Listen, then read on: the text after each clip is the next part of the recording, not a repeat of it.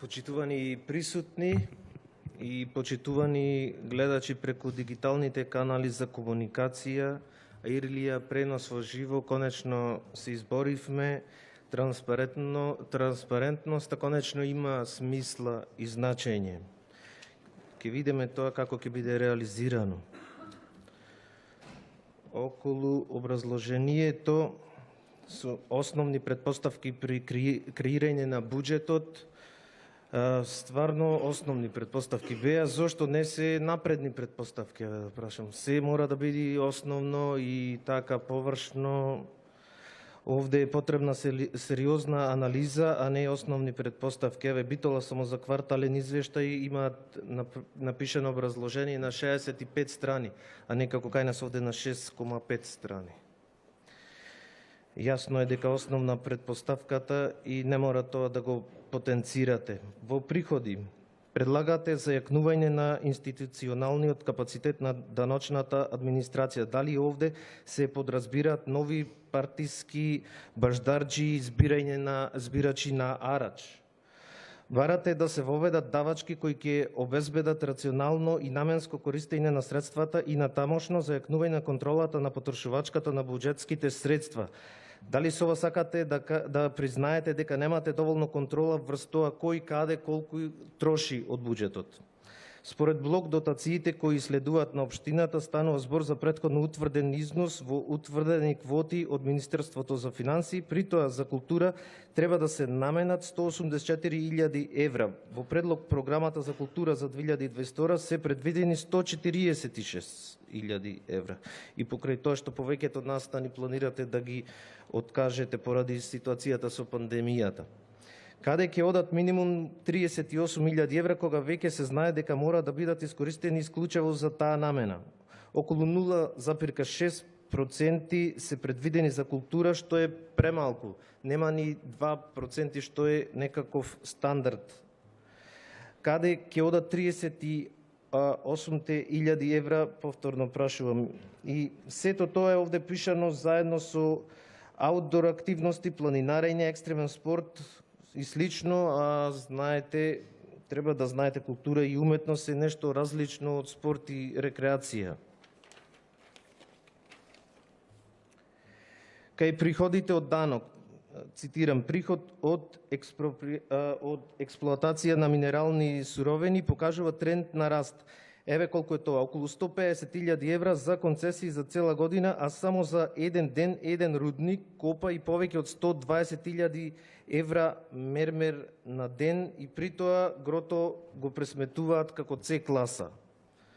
Додека пак и на доместокот за одржување на јавна чистота, популарно сметките од комуналец, оди во негативен тренд, што значи дека народот е осиромашен и нема пари да ја плаќа оваа основна давачка. Сето ова е резултат на вашата политика кон заштита на олигарсите на сметка на народот.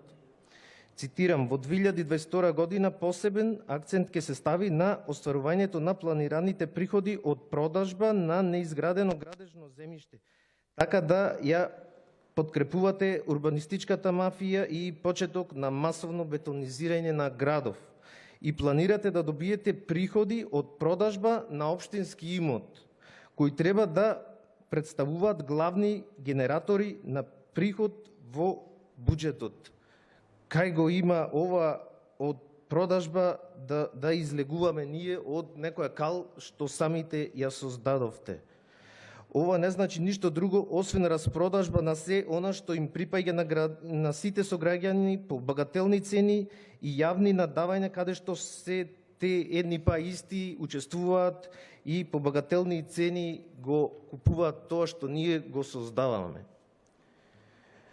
Ова не значи ништо друго, само момент, извинете, 95% од народот овде живее од ден за ден и на работна екзистенција, задолжени со кредити со најниски примања во Европа. И вие очекувате овие граѓани да купуваат општински имот во кој спаѓаат и станови, дуќани и да почнат да градат станови за продажба. Напротив, овие 95% од народот ги правите да бидат вечни кираџи и слуги на минималец, кај овие 5% што ви ги кажуваат нивните желби, а вие слепо само им ги остварувате. Сте напишале дека сте ги пресметале сите ризици околу остварувањето на вашата замисла за распродажба на општинското градежно земјиште и општинскиот имот, но еве мала исправка од нас, ќе блокираме распродажбата на општински имот и тоа по секоја цена. Па колку тоа и да го сакате или не, ќе работите и ќе најдете други средства за пополнување на дупките од краденото и задоволување на апетитите на преоптоварената партиска пасивна администрација. Потоа велите приходите на основниот буџет за 2022 во споредба со ребалансот за 2021 се проектира на пониско ниво за 106 милиони 200 илјади денари или 16,74% пониско, што значи дека официјално градот тони. За скоро 17% градот е веќе финансиски потонат во дупка, не за 11,22% како што тврдите. Во расходи, резерви 0,1%, тоа вие како на плата од 20.000 денари да зачувате 20 денари за зло време. И ова ви го кажуваат економисти.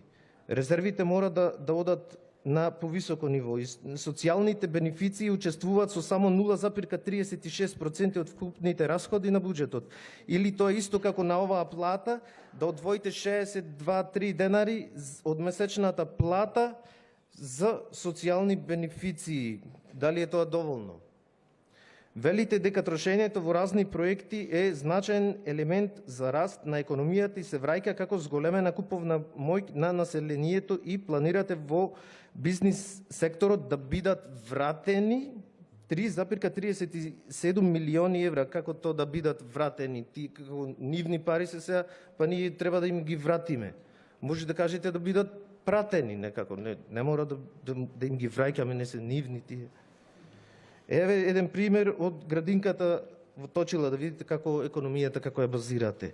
На фирма од село Долно Оризари и давате над 2 милиони евра, тие купуваат градежни машини од странство, што значи дел од парите одат во странство, не остануваат овде во градов.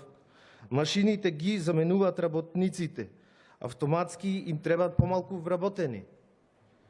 Се јавува поголема конкуренција за работно место градежник.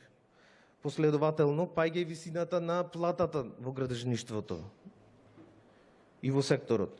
Така поголемиот дел од парите завршуваат кај газдите и погодете. Тие ги вложуваат во цемент и железо.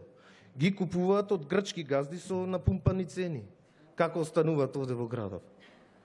Или едноставно не ги трошат, туку ги чуваат под перница, тоа се мртви заробени пари што не циркулираат во оптек. Некои од нив ги губат на комар. Па и затоа не е чудно што на секој ќош имаме кладилница или казино. Со сето ова ја доведувате државата во зависна позиција од данокот на добивка од игри на среќа и лиценците на казината и продуцирате работници кои што ништо не произведуваат и на крај на никој начин не придонесуваат во развојот на општеството. Ова е вашата визија за економијата. Благодарам.